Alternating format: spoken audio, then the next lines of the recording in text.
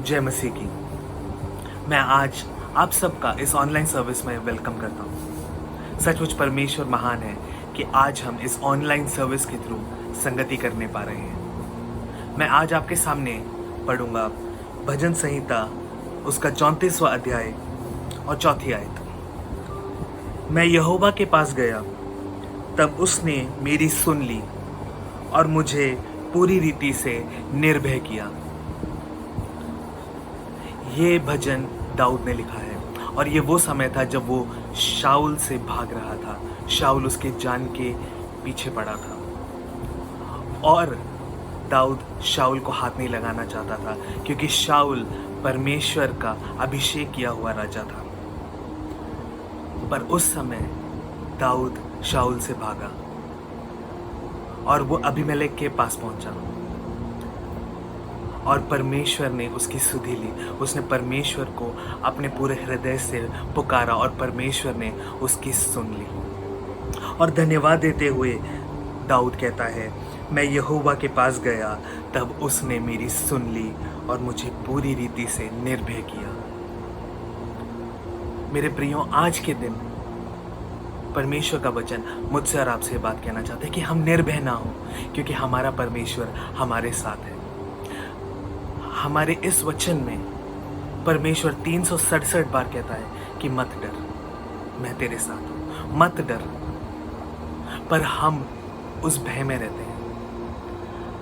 आज के समय में कोविड-19 से बड़ा पैंडेमिक, कोविड-19 से बड़ी जो महामारी चारों तरफ है, जो हर तरफ आपको देखने को मिलेगी, वो है भय, वो डर, कहीं मुझे ना हो जाए।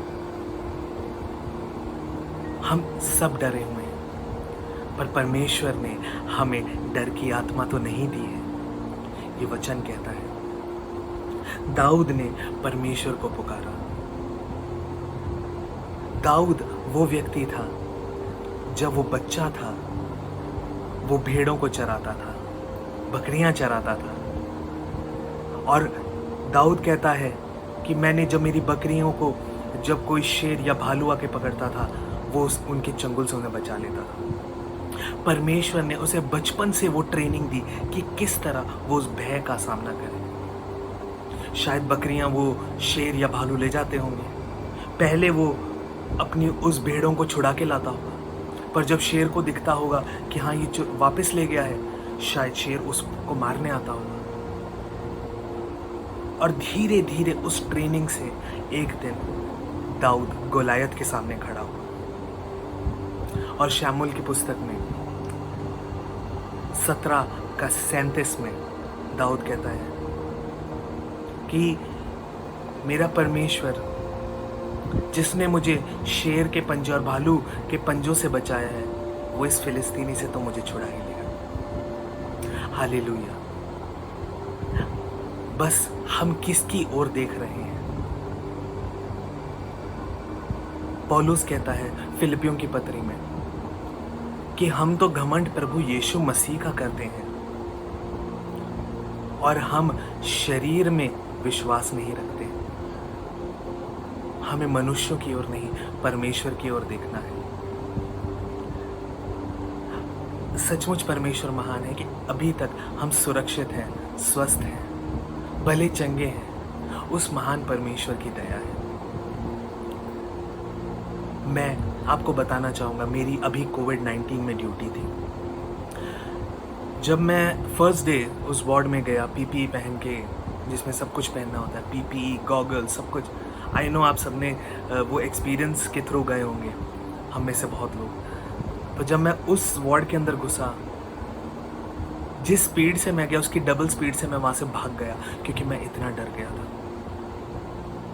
मुझे समझ नहीं आया कि मैं कैसे करूँगा। मैंने साथ के स्टाफ को बोला मुझसे नहीं हो पाएगा, पर मैं वापस मुड़ा और मुझे ऐसा महसूस हुआ कि एक हाथ मेरे कंधे पर है, एक हाथ मेरे कंधे पर है, और वो परमेश्वर का हाथ था। परमेश्वर ने वो 15 दिन मुझे उस वार्ड में रखा, उन मरीजों की सेवा में जो मरीज जानते नहीं है कि बीमारी क्या है, जो ये नहीं जानते कि इसकी दवा क्या है, वैक्सीन क्या है। पर वो उस विश्वास में है कि हाँ, हम हॉस्पिटल आए हैं, हमें ये डॉक्टर्स, ये नर्सेस, हम चंगाई पाके ही घर जाएंगे। हमारा परमेश्वर तो इन सब चीज़ों से बड़ा है, उन दवाइयों से, उन वैद्यों से, उन हकीमों से, उन डॉक्टर से सबसे बड़ा है। पर क्या हमारी नज़रें किस पर हैं? क्या हम इज़राइल की तरह उस गोलायत की लंबाई चौड़ाई पर देख रहे हैं, या हमारी नज़रें उस महान परमेश्वर पर हैं जो इज़राइल को मिस्र से निकाल लाया था? वो परमेश्वर जिन्होंने इतनी चंगाइयाँ की थी,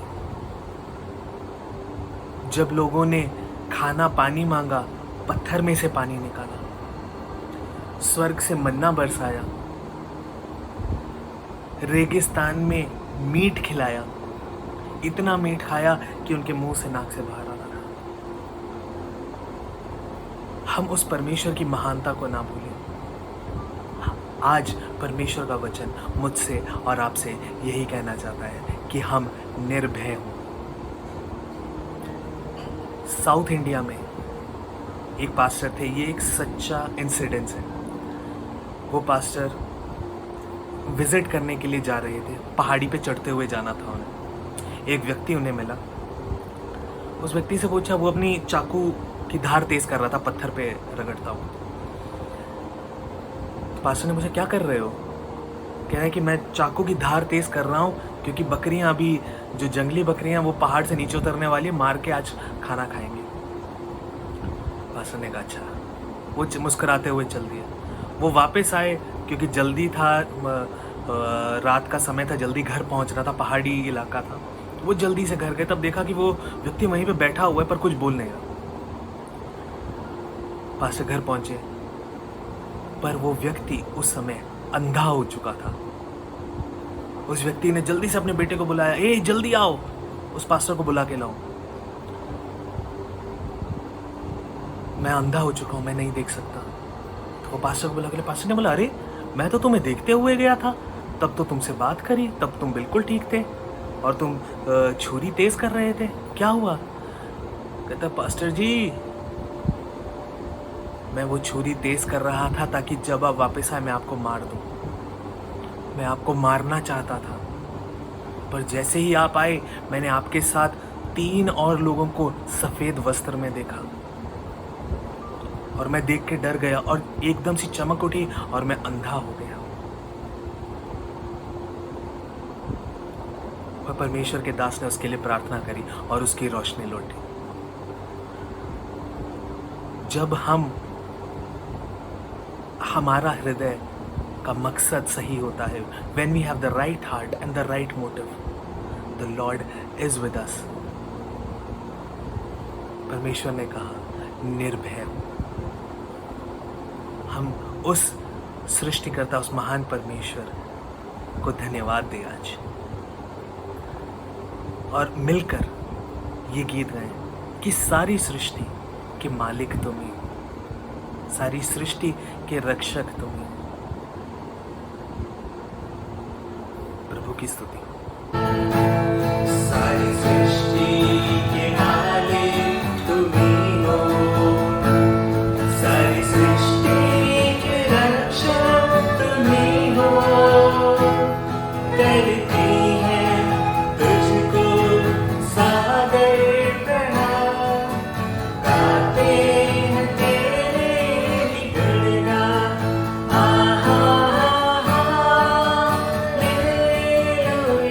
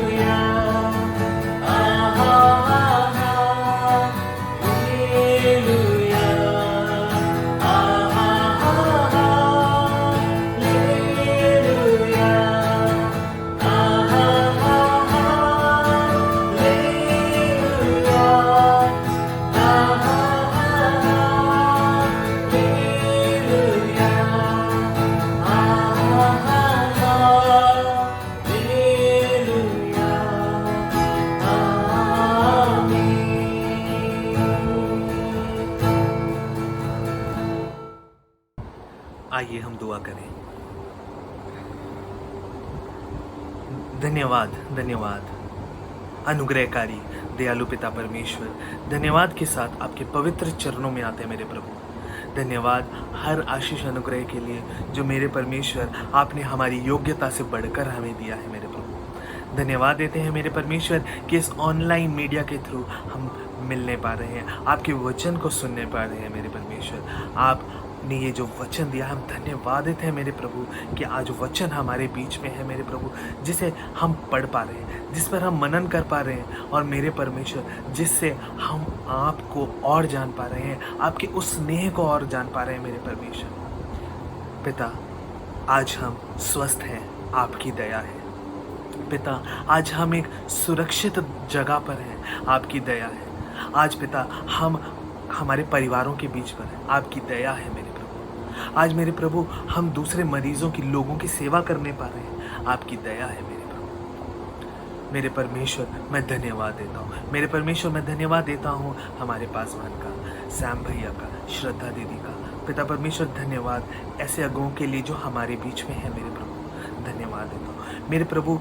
प्रार्थना करता हूँ इस वचन का जो आज हमारे बीच में बांटा जाएगा मेरे प्रभु, हमें वो कंफर्टर, वो एनकरेजर, वो पवित्र आत्मा हमें दे मेरे प्रभु, ताकि हम इस वचन को योग्य रीति से ग्रहण कर सके मेरे प्रभु। हमारे मनों को खोले, हमारे हृदयों को खोले मेरे प्रभु, ताकि हम इस वचन को एक्सेप्ट करें, ताकि हम फलवंत हो मेरे परमेश्वर। धन्यवाद देते हैं हर आशीष अनुग्रह के लिए मेरे प्रभु। धन्यवाद फिर से इस सुंदरदायी वचन के लिए मेरे परमेश्वर। सारा आदर महिमा आपको देते हैं मेरे प्रभु। जो वचन की सेविकाई होने वाली है मेरे परमेश्वर, धन्यवाद देते हैं। और जो इस वचन की सेविकाई करने जा रहे हैं वक्ता के लिए हम प्रार्थना करते हैं मेरे प्रभु। मेरे परमेश्वर हर वो वचन जो उनके मुख से निकले वो आपकी ओर से हो मेरे परमेश्वर। धन्यवाद, सारा आदर महिमा आपको देते हुए प्रार्थना यीशु मसीह के नाम पे मांगते हैं, आमीन। Praise the Lord. परमेश्वर का धन्यवाद हो आज के इस पवित्र दिन के लिए और इतने अच्छे ऑनलाइन सर्विस के लिए, और परमेश्वर के दास डिजन के द्वारा इतने अच्छे आत्मिक गीत में होते हुए हम परमेश्वर की उपस्थिति में जा सके। आज का जो टॉपिक हमारे बीच में जो परमेश्वर लेकर आ रहे हैं वो बहुत ही अच्छा, एनकरेजिंग और साथ में बहुत ही रिस्पॉन्सिबिलिटी वाला भी एक टॉपिक परमेश्वर हमारे बीच में लेकर आ रहे हैं। और वो टॉपिक है we are the anointed ones of God. We are the anointed ones of God. हम परमेश्वर के अभिषिक्त हैं, हम परमेश्वर के अभिषिक्त हैं। हम लोग पढ़ेंगे 2 कुरिन्थियों उसका पहला अध्याय 21 और 22। First 2 Corinthians chapter 1 verse 21 and 22। और जो हमें तुम्हारे साथ मसीह में दृढ़ करता है और जिसने हमारा अभिषेक किया वही परमेश्वर है, जिसने हम पर छाप भी कर दी है और बयाने में आत्मा को हमारे मनों में दे दिया है। Hallelujah, hallelujah. जिसने हमें अभिषेक किया है उसने हमें सील भी किया है कि हम पवित्र आत्मा में बने रहकर वो कार्यों को कर सके। He anointed us and he has sealed us with the Holy Spirit। Hallelujah. परमेश्वर ने हमें अभिषेक किया है। He has anointed us। हम जब इस अनॉइंटिंग को जब हम देखते हैं पुराने नियम से या पुराने काल से, एंशिएंट टाइम से हम इसको देखते हैं, जो शुरू हुआ था इजिप्शियंस, ग्रीक और रोमन्स के समय से।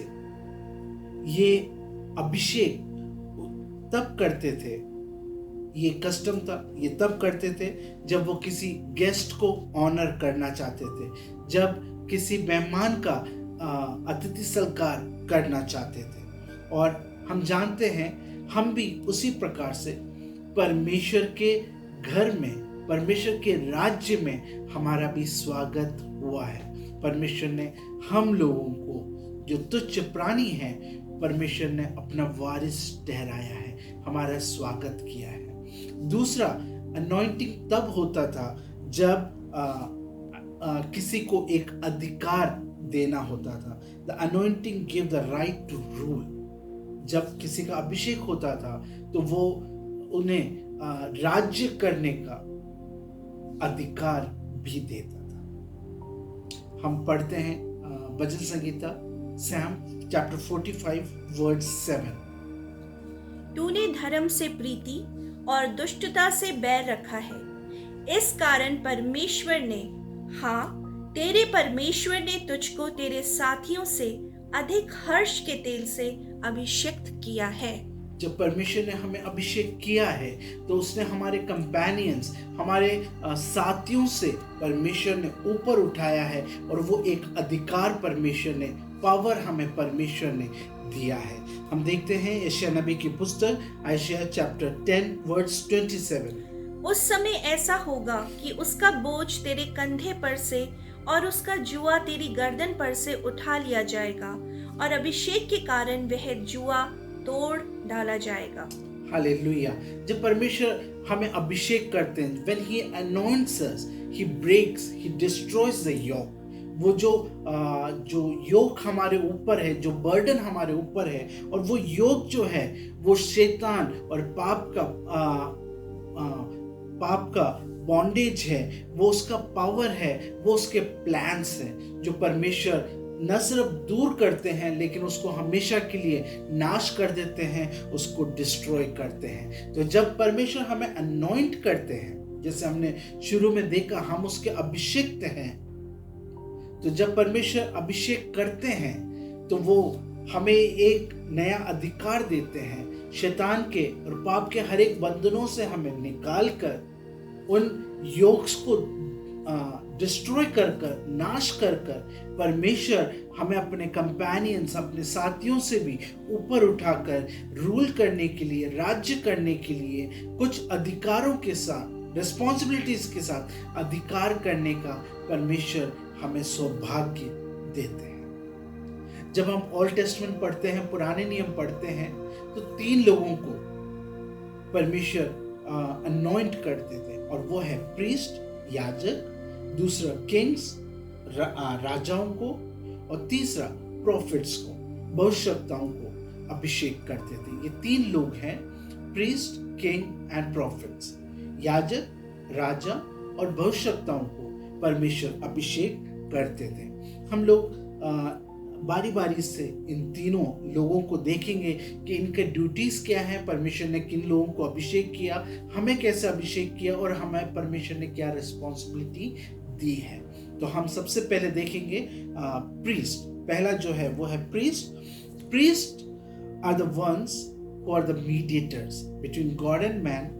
दे proclaim and interpret the law in Old Testament, and in New Testament that's a gospel. They were the intercessors that does follow up and they make sure people are growing in the Lord. जो याजक है, उनका जो कर्तव्य है, उनकी जो duty है, वो मध्यस्थता करते हैं परमेश्वर और लोगों के बीच में, और वो व्यवस्था का प्रचार करते हैं और उसको समझाते हैं। और जब हम नए नियम में आते हैं तो सुसमाचार का प्रचार करना और सुसमाचार को लोगों को समझा के देना। वो मध्यस्थ की प्रार्थना करते हैं, लोगों के लिए आंसू बहाकर वो प्रार्थना करते हैं, वो फॉलो अप करते हैं। न सिर्फ सुसमाचार सुना के छोड़ देते हैं, लेकिन उनको वचन में बढ़ाना, उनको चेले बनाना, उनके दुख सुख में उनके साथ खड़े रहना, उनके लिए प्रार्थना करना, और ये सुनिश्चित करते थे कि वो प्रभु में निरंतर बढ़ते जा रहे हैं। ये याजक का, प्रीस्ट का कार्य होता था। उनके आत्मिक तौर से वो परमेश्वर में निरंतर बढ़ते जा रहे हैं।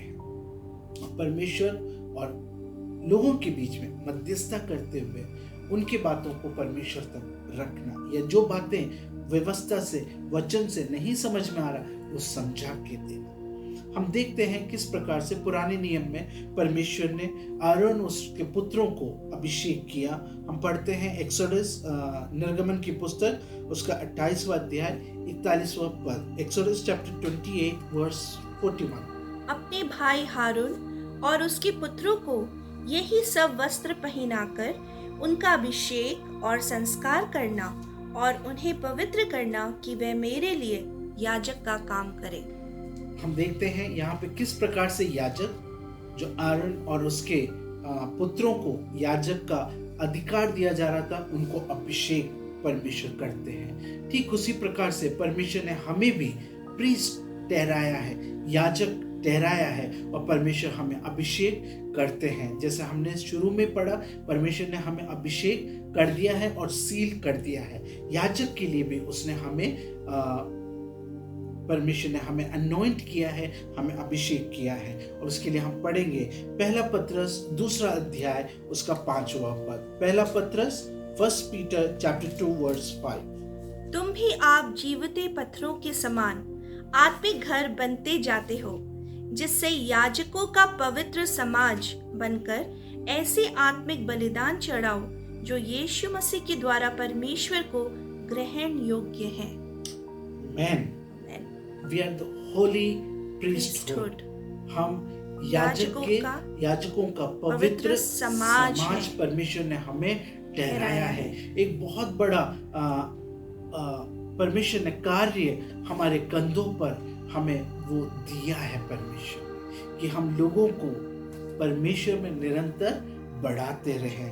और उनके लिए यहाँ पे इस प्रकार से लिखा है, you offer spiritual sacrifices that please God. उनकी जो भी आत्मिक उन्नति का जो भी काम है, वो कर्तव्य हमारे ऊपर है, वो काम हमारे ऊपर है। उनको आत्मिक तौर से प्रभु में बढ़ाने का काम हमारा है। उनको सुसमाचार सुनाने का और वचन को समझा के देने का कार्य परमेश्वर ने हमें दिया है। उनके लिए मध्यस्थता की प्रार्थना करना परमेश्वर ने वो बोझ हमें दिया है। वो निरंतर प्रभु में बढ़ते रहें, वो बोझ प्रभु ने हमें दिया है। और उसके लिए परमेश्वर ने हमें याजक के रूप में अभिषेक किया है। हमने देखा किस प्रकार से पुराने नियम में और नए नियम में परमेश्वर ने याजकों को ठहराया, हमें ठहराया और उनका कार्य किया है।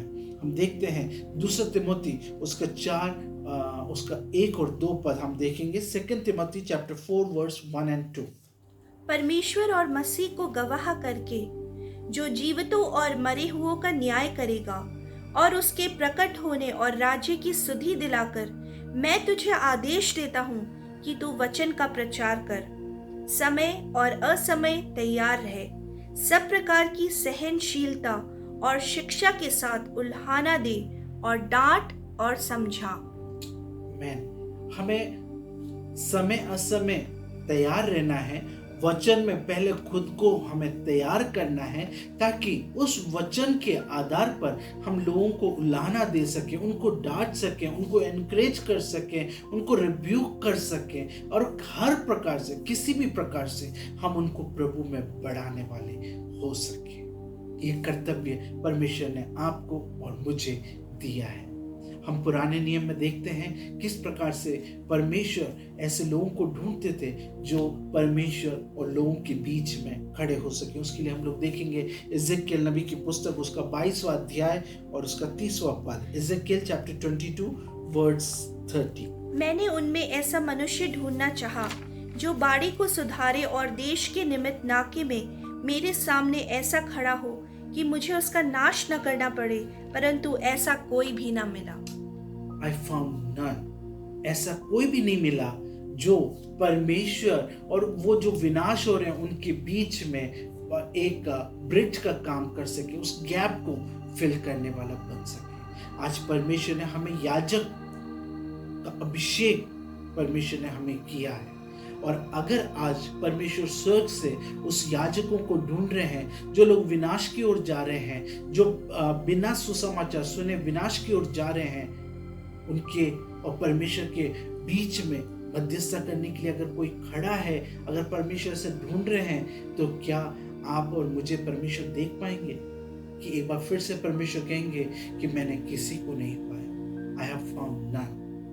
परमेश्वर ने हमें अभिषेक किया है याजक का, हम उस काम को पूरे निष्ठा के साथ, पूरे डेडिकेशन के साथ हम लोग करने वाले हैं। दूसरा जो परमेश्वर ने हमें अभिषेक किया है वो है एक राजा का अभिषेक, किंगशिप का अभिषेक परमेश्वर ने हमें दिया है। किंग्स की जो ड्यूटी जो होता है वो है they make sure that God's will was done among the people, keep the people safe from enemies and lead them in right path. राजाओं का जो कर्तव्य था वो ये था कि वो अपने लोगों को परमेश्वर की इच्छा पे चलाएं। उनके पास वो अधिकार है तो वो कमांड करके ये गलत है, तुम्हें इस रीति से चलना है, ये दशवांश तुम्हें देना है, जो भी है वो अधिकार के साथ, वो कमांड के साथ वो कह सकते हैं। और जो आत्मिक या उस समय राजाओं का एक कार्य होता है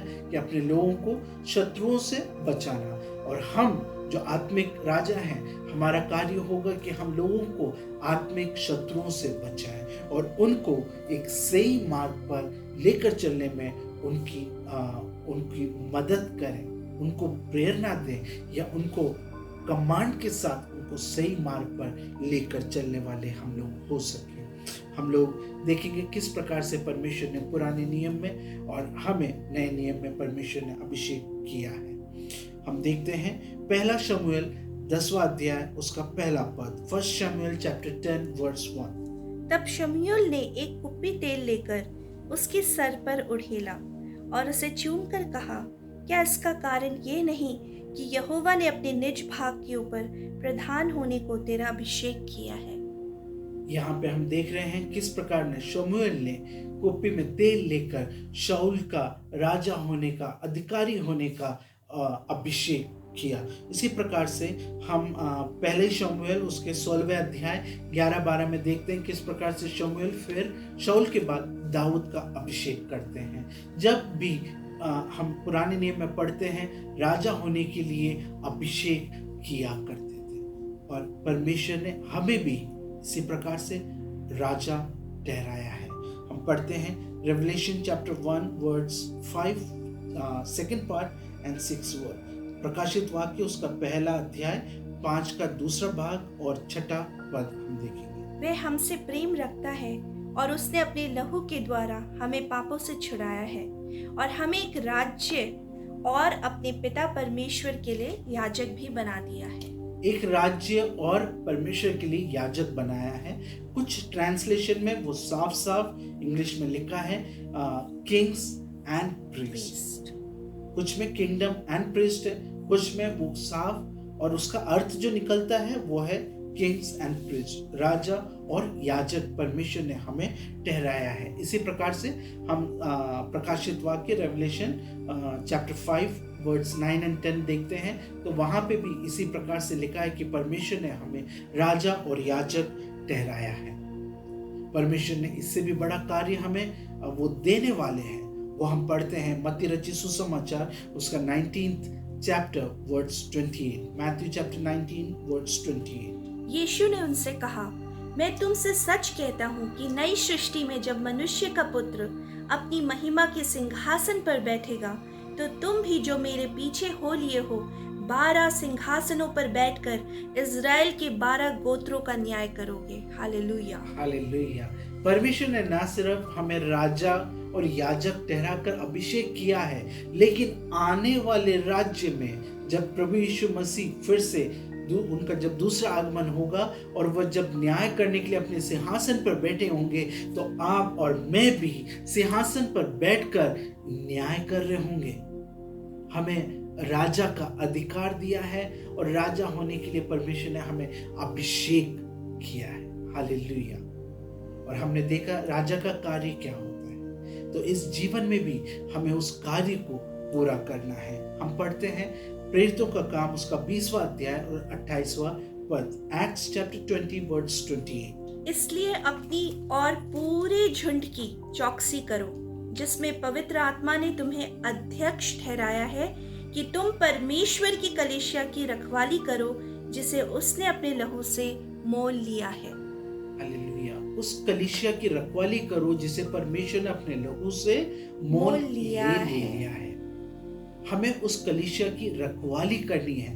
we are the kings, so we have to take care of that fellowship और द चर्च। उस कलीसिया की रखवाली करने का जिम्मेदारी आपका और मेरा है, क्योंकि परमेश्वर ने हमें राजा ठहराया है, उसका अभिषेक किया है, और परमेश्वर ने राजा को ये अधिकार दिया है, यह कार्य दिया है कि वह अपने लोगों को शत्रुओं से बचा के रखें और परमेश्वर की इच्छा पर वो चलने वाले हो सकें, लोग चलने वाले हो सकें और वो सही मार्ग पर चलने वाले हो सकें। तो अपने कलीसिया को सही मार्ग पर चला के रखने के लिए हमें उनकी चौकसी करनी है, हमें उनका ख्याल रखना है। ये जिम्मेदारी आपका और मेरा है। परमेश्वर ने हमें याजक और राजा होने के लिए अभिषेक किया है। तीसरा, परमेश्वर ने हमें प्रोफेट करके अभिषेक किया है। परमेश्वर ने हमें भविष्यवक्ता करके अभिषेक किया है।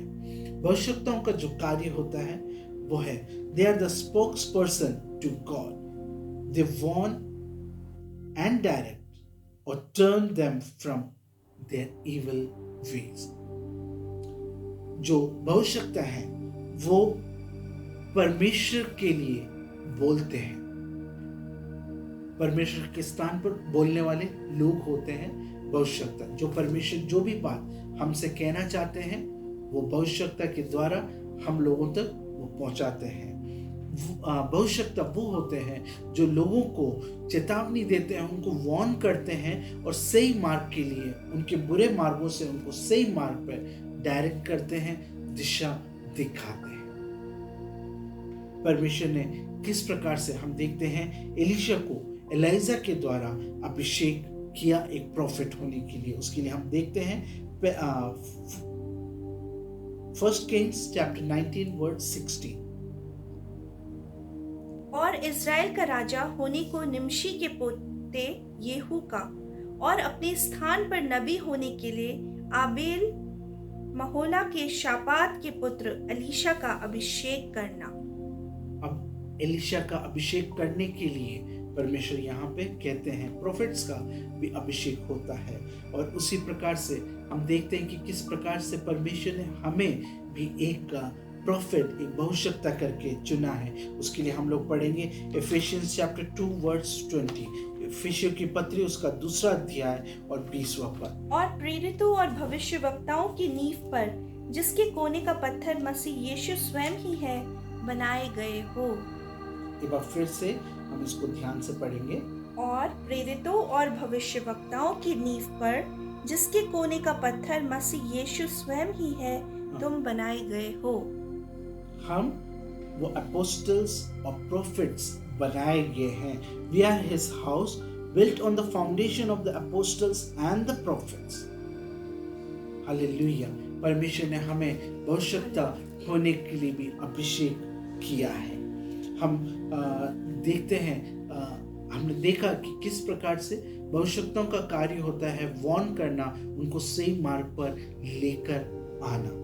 हम पढ़ते हैं इज़ेकियेल की पुस्तक उसका 3 अध्याय 20 और 21वां पद। फिर जब धर्मी जन अपने धर्म से फिरकर कुटिल काम करने लगे और मैं उसके सामने ठोकर रखूं, तो वह मर जाएगा, क्योंकि तूने जो उसको नहीं चिताया, इसलिए वह अपने पाप में फंसा हुआ मरेगा।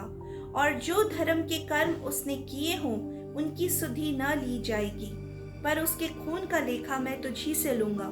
परंतु यदि तू धर्मी को ऐसा कहकर चिताए कि वह पाप न करे और वह पाप से बच जाए, तो वह चितौनी को ग्रहण करने के कारण निश्चय जीवित रहेगा और तू अपने प्राण को बचाएगा।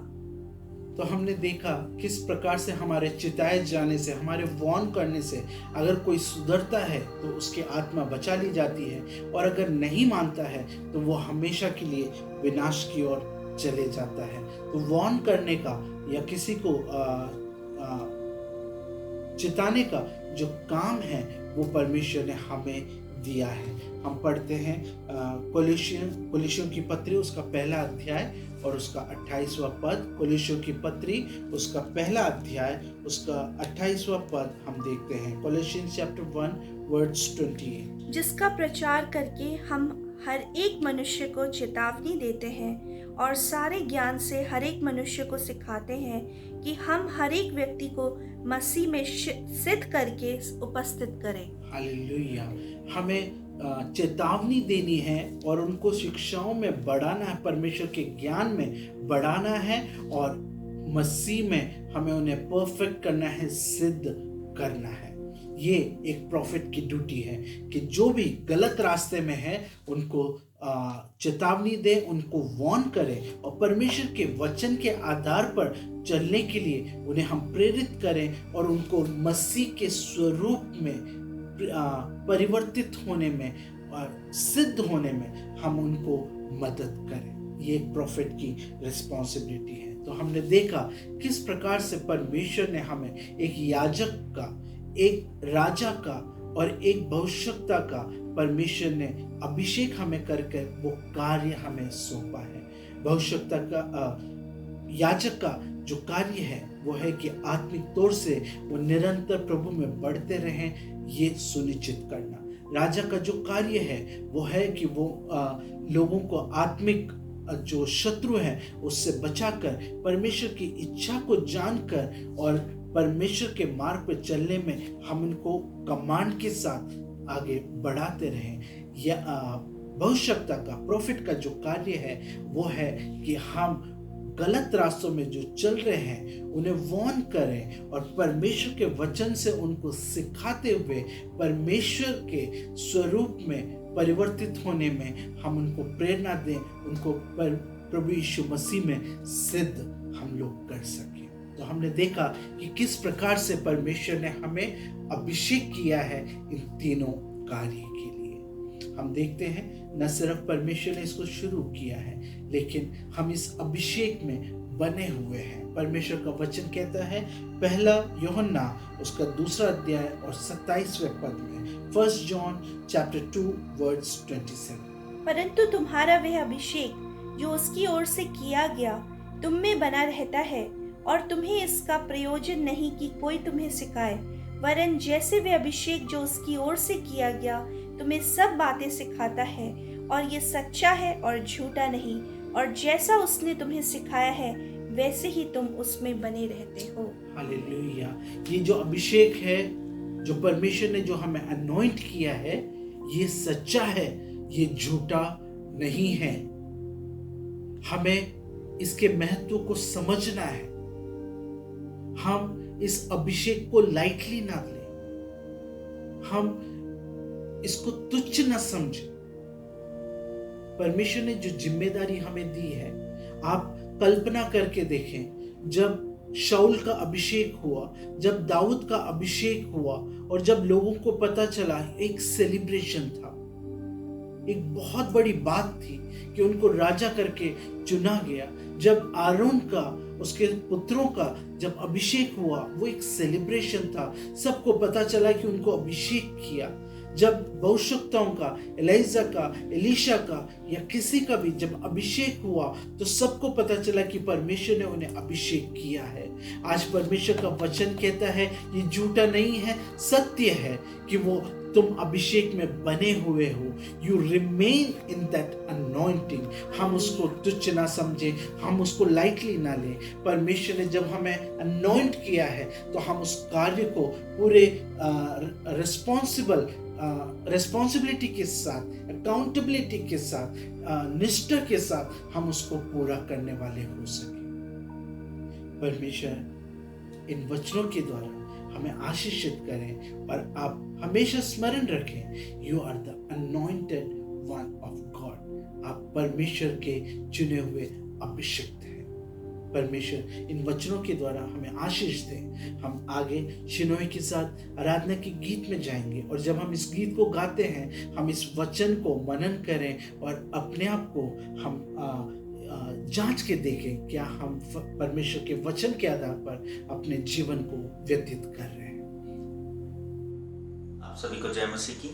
परमेश्वर का धन्यवाद करते हैं इतने अच्छे सुंदर वचन के लिए जो परमेश्वर ने हमारे बीच में दिया, जिससे कि हमें पता लगता है कि परमेश्वर का अभिषेक हमारे जीवन में क्यों ज़रूरी है। वो केवल परमेश्वर की एक ब्लेसिंग नहीं है, वो एक ज़रिया है, वो एक तरीका है जिससे परमेश्वर हमें शुद्ध करता है। और ये केवल एक फिजिकल अनॉइंटिंग ना होके, फिजिकल अभिषेक ना होके, एक आत्मिक अभिषेक भी हो।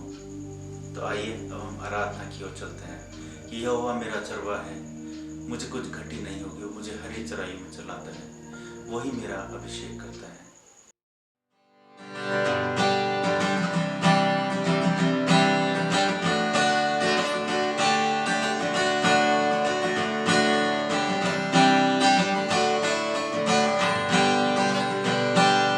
यहोवा चरवाहा मेरा, कोई घटी मुझे नहीं है। हरी चराइयों में मुझे स्नेह से चराता वो है। यहोवा चरवाहा मेरा, कोई घटी मुझे नहीं है। हरी चराइयों में मुझे स्नेह से चराता वो है। मृत्यु के अंधकार से मैं जो जाता था, प्रभु यीशु करुणा से तसल्ली मुझे दी है। यहोवा चरवाहा मेरा, कोई घटी मुझे नहीं है। हरी चराइयों में मुझे स्नेह से चराता वो है। शत्रुओं के सामने मेज को बिछाता वो है। प्रभु ने जो दया की, मन मेरा मगन है।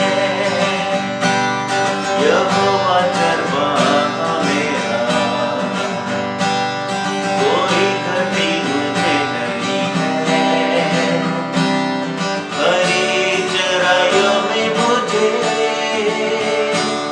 स्नेह से चराता वो है। सिर पर वो देह मरा है, अभिषेक मुझे किया है। दिल मेरा भर गया है और बढ़ भी रहा है। यहोवा चरवाहा मेरा,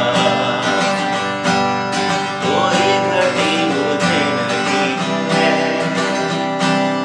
हरी चराइयों में मुझे स्नेह से चराता वो है। सर्वदा प्रभु घर में करूँगा निवास मैं।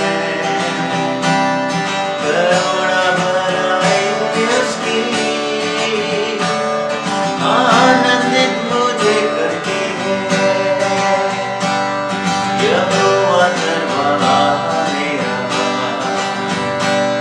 कोई घटी मुझे नहीं है। हरी चराइयों में मुझे स्नेह से चराता वो है। यहोवा चरवाहा मेरा, कोई घटी मुझे नहीं है। हरी चराइयों से मुझे स्नेह से चराता वो है।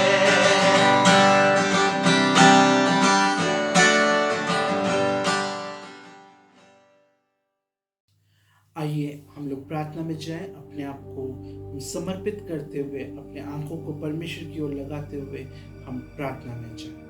हमारे स्वर्गीय निरंकारी पिता परमेश्वर, एक बार फिर से प्रभु आज के इस पवित्र दिन के लिए, इस ऑनलाइन सर्विस के लिए हम आपको धन्यवाद देते हैं प्रभु जी।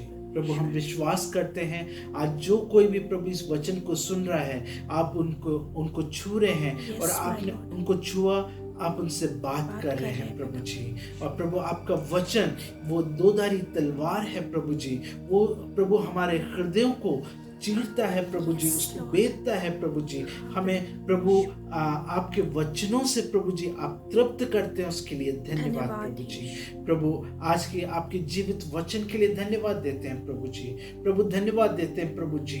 हम जितना भी धन्यवाद दें वो कम है प्रभु, क्योंकि न सिर्फ आपने हमें चुना प्रभु जी, न सिर्फ शैतान के और पाप का उस योग को प्रभु आपने दूर किया, लेकिन उसको प्रभु आपने डिस्ट्रॉय किया प्रभु जी। और प्रभु आपने हमें अभिषेक किया प्रभु जी, अभिषेक किया प्रभु, उसके लिए धन्यवाद देते हैं। आपने हमें याजक ठहराया प्रभु जी, आपने हमें राजा ठहराया प्रभु जी, आपने हमें भविष्यवक्ता ठहराया प्रभु, उसके लिए धन्यवाद देते हैं। प्रभु हम आपसे विनती करते हैं कि प्रभु आपके वचनों के आधार पर प्रभु हम इन कार्यों को पूरा करने वाले हो सके प्रभु, ताकि जब न्याय का दिन आए प्रभु जी तो हम आपके समीप प्रभु सर उठाकर प्रभु जी खड़े होने वाले हो सके, ना कि प्रभु लज्जित होकर प्रभु अपने आंखों को प्रभु आपसे चुराते हुए प्रभु सर नीचे करके प्रभु खड़े होने वाले हम लोग हो। प्रभु इस वचन के आधार पर हमें बढ़ते रहने में आप हमारी सहायता मदद करें। हम अपने आप को और दूसरों को प्रभु यीशु मसीह के स्वरूप में परिवर्तित होने में प्रभु आप हमारी मदद करना प्रभु जी। प्रभु यीशु मसीह में सिद्ध होने में आप हमारी और दूसरों की मदद करें प्रभु। हम आपसे विनती करते हैं प्रभु, इस समय जितने भी लोग प्रभु जी परेशान हैं प्रभु, आप उनके हृदय को छुए और प्रभु उनसे आप बात करें प्रभु जी। जितने लोग निराशा में हैं प्रभु जी, आप अपनी आशा उनके जीवन में दें प्रभु जी। जितने लोग प्रभु दुख में हैं प्रभु जी, आप उनके दुखों को प्रभु आनंद में बदल दें प्रभु जी। आंसुओं को प्रभु जी आप खुशी में बदल दें प्रभु जी। प्रभु जितने लोग प्रभु जी किसी भी कारण से प्रभु व्याकुल हो प्रभु जी, आप उनकी व्याकुलता को प्रभु, उनकी परेशानी को प्रभु आप दूर करें प्रभु जी। जो लोग फाइनेंशियली प्रभु जी परेशान है प्रभु जी, आप उनको ब्लेस करें। जो लोग प्रभु शारीरिक तौर से प्रभु बीमार है प्रभु जी, आप उन्हें छूकर पूर्ण चंगाई दे प्रभु जी। जो लोग आत्मिक तौर से बीमार है प्रभु, डाउन है प्रभु जी, आप उन्हें बूस्टअप करें प्रभु जी, वो आत्मा में बढ़ने पाए प्रभु जी। हम एक दूसरे को एनकरेज करने वाले हो सके प्रभु जी। हम सबको आशीषित कर कि हम दूसरों के लिए आशीष का कारण बन सके। ये प्रार्थना सुना उसके लिए धन्यवाद। छोटी सी दुआ प्रभु यीशु मसीह के मीठे और मधुर नाम में मांगते हैं, सुनो और कबूल कर पिता, आमीन। प्रभु यीशु मसीह का अनुग्रह, पिता परमेश्वर का प्रेम और पवित्र आत्मा की सहभागिता हमारे साथ हमेशा हमेशा बनी रहे, आमीन। सबको जय मसीह की, प्रेज़ द लॉर्ड। आप ना भूलें कि आप परमेश्वर के चुने हुए अभिषिक्त हैं। आपको परमेश्वर ने जो कार्य दिया है उसको पूरे ईमानदारी और निष्ठा के साथ हम लोग करने वाले हो सके। सबको जय मसीह।